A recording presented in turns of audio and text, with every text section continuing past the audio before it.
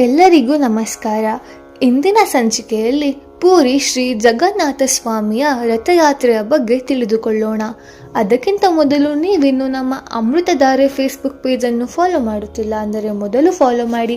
ಇಂಥದೆಯ ಹೆಚ್ಚಿನ ದೈವ ಮಾಹಿತಿಗಳು ಉಚಿತವಾಗಿ ನೋಡಬಹುದು.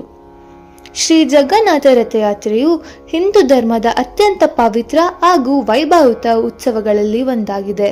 ಈ ಮಹೋತ್ಸವವು ಒಡಿಶಾ ರಾಜ್ಯದ ಪೂರಿಯಲ್ಲಿ ನಡೆಯುತ್ತದೆ.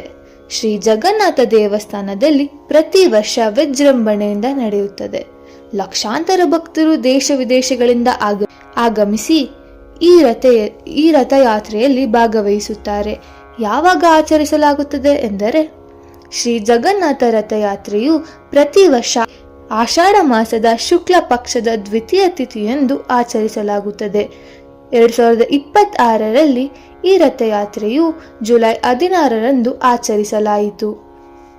ರಥಯಾತ್ರೆಯ ಮಹತ್ವ.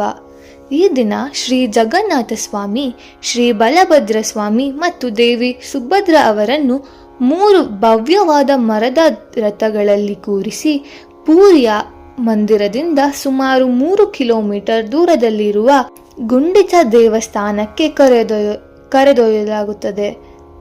ಭಕ್ತರು ಸಾವಿರಾರು ಸಂಖ್ಯೆಯಲ್ಲಿ ರಥಗಳನ್ನು ಎಳೆಯುತ್ತಾರೆ.